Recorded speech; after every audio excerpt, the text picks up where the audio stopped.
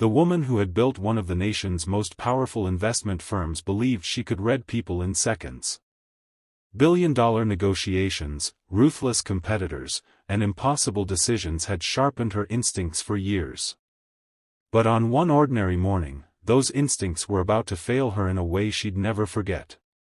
She stepped into Grand Union Bank expecting nothing more than a brief meeting before boarding a flight to close a massive business deal. Her assistant waited outside with the schedule, convinced she'd be back in minutes. The lobby looked completely normal.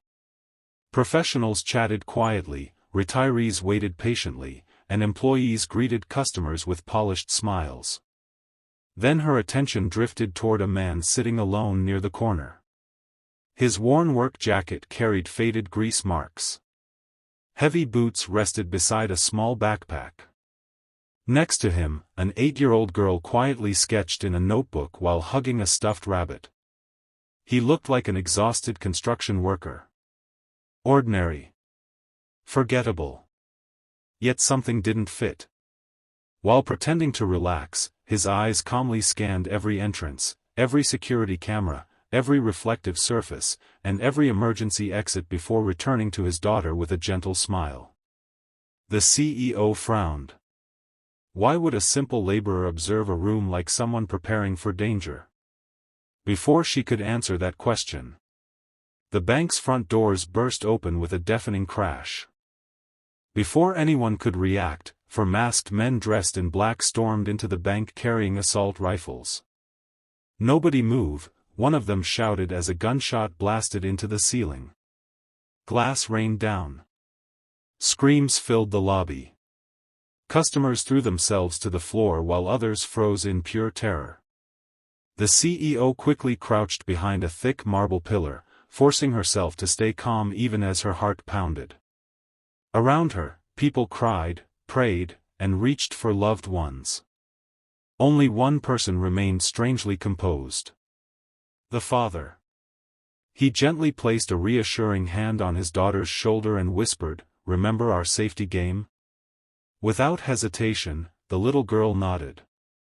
Still holding her stuffed rabbit, she quietly crawled beneath a nearby service counter exactly as she had been taught. She never cried. She never screamed. One robber noticed the movement and immediately aimed his rifle at the father. "You. Stay where you are." The man slowly raised both hands. "We're not causing trouble," he said in a calm, steady voice. There was no panic, no anger, no fear. For a brief second, even the gunman looked uncertain. Watching from across the lobby, the CEO realized this ordinary-looking father wasn't reacting like everyone else.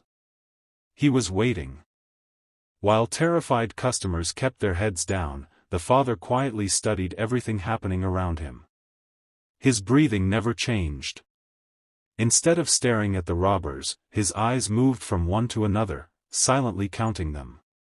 He noticed who gave the orders, who looked nervous, and who kept checking the entrance. Every movement seemed carefully calculated. The CEO couldn't stop watching him. This wasn't how an ordinary construction worker behaved. Meanwhile, two robbers forced the tellers to empty cash drawers into large duffel bags while another dragged the branch manager toward the secured offices. "Hurry up. We've got less than 5 minutes," the leader barked, glancing at his watch. Outside, distant police sirens echoed through the streets. Inside, the tension grew heavier with every passing second. Then an elderly customer collapsed against a chair, struggling to breathe. "My inhaler," he gasped. The robber guarding the hostages instantly raised his rifle. "I said nobody moves." The father looked directly at him and spoke with surprising confidence. "If he dies here, this robbery becomes a homicide. Every police officer outside will fight twice as hard to catch you." The words hit harder than any threat. After a long pause, the gunman lowered his weapon slightly. "You've got 20 seconds, he growled. The father nodded once and stepped forward slowly, knowing this small decision was about to change everything.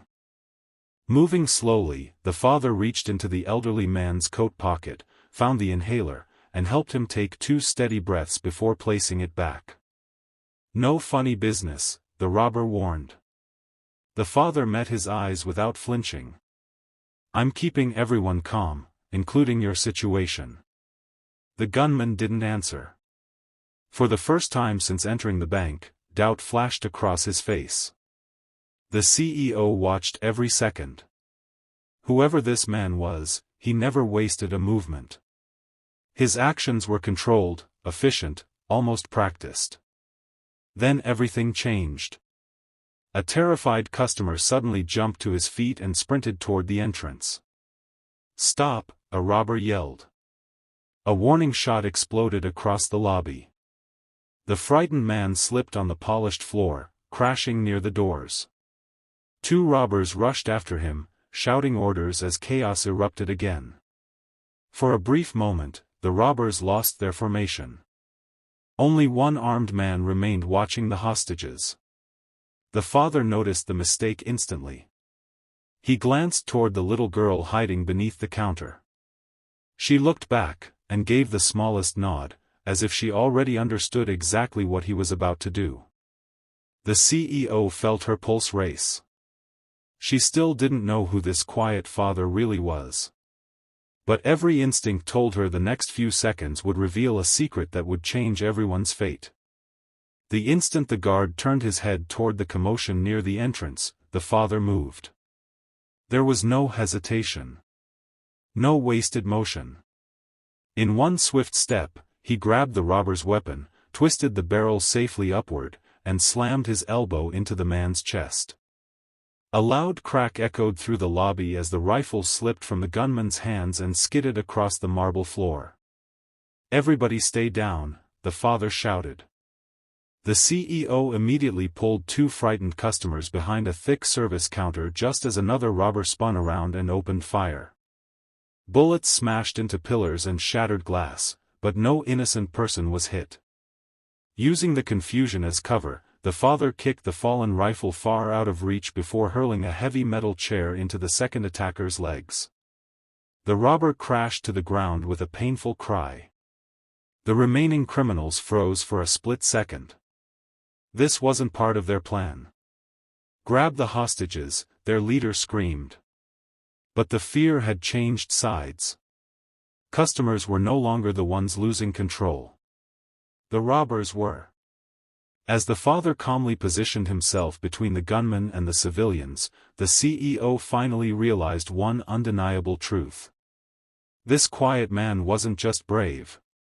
He had spent years training for moments exactly like this.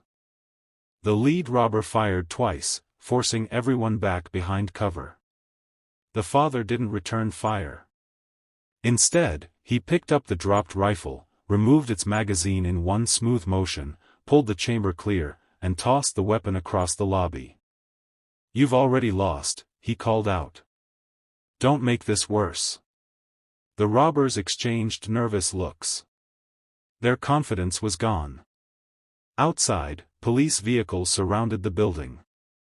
Flashing red and blue lights reflected through the bank's glass walls, and officers shouted commands over loudspeakers.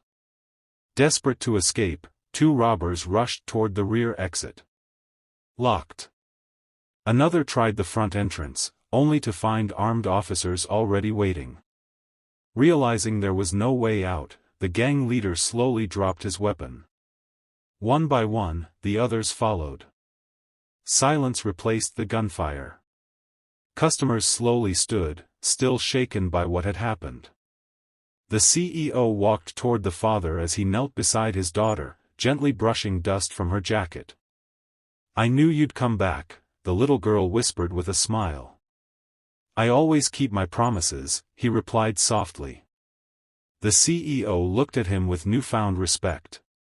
"You handled that like someone who's done it before." The father paused for a moment. Then he gave a quiet smile. "I left that life behind years ago, but some lessons never leave you." Within minutes, the bank was declared secure. Paramedics rushed inside, treating the injured and checking every customer. Officers escorted the shaken hostages outside while detectives began collecting statements. The CEO stood silently, watching the father comfort his daughter instead of celebrating what he had just done. A senior police captain walked over, studying the man carefully. "Haven't we met before?" he asked. The father smiled politely. "It's been a long time." The captain's eyes widened with recognition. "I knew it. You served with the Army's Special Response Unit, didn't you?" The father gave a small nod. "I did. But that chapter of my life ended after my wife passed away." He gently squeezed his daughter's hand. "She doesn't need a soldier anymore. She needs a father." The CEO felt a lump in her throat. She had spent years believing success was measured by wealth, titles, and influence. Yet the bravest person in the room owned none of those things.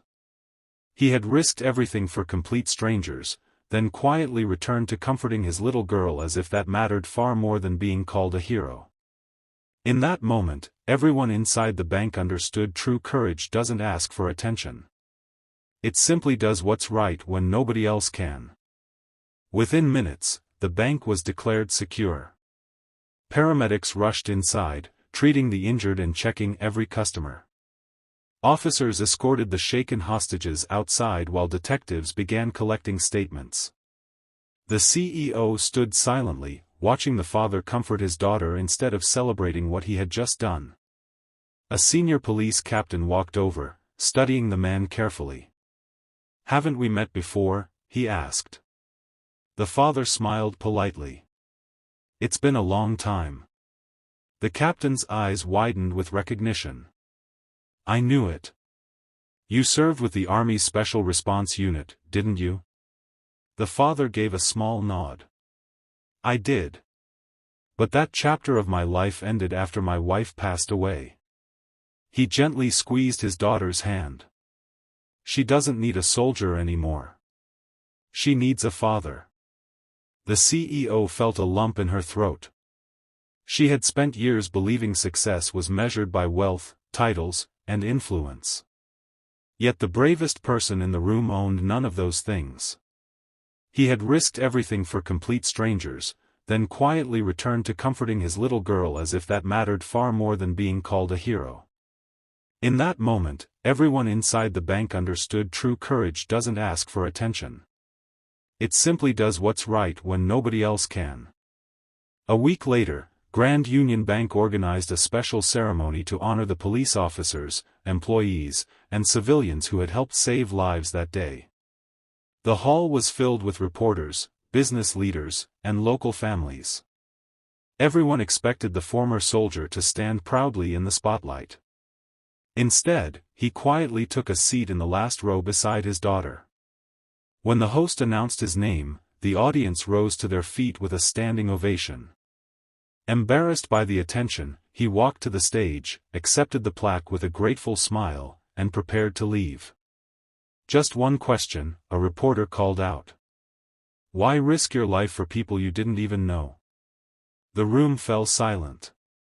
The father looked at his daughter before answering. "Because character isn't proven when life is easy," he said. "It's revealed when fear tells you to walk away, but your conscience tells you to stay."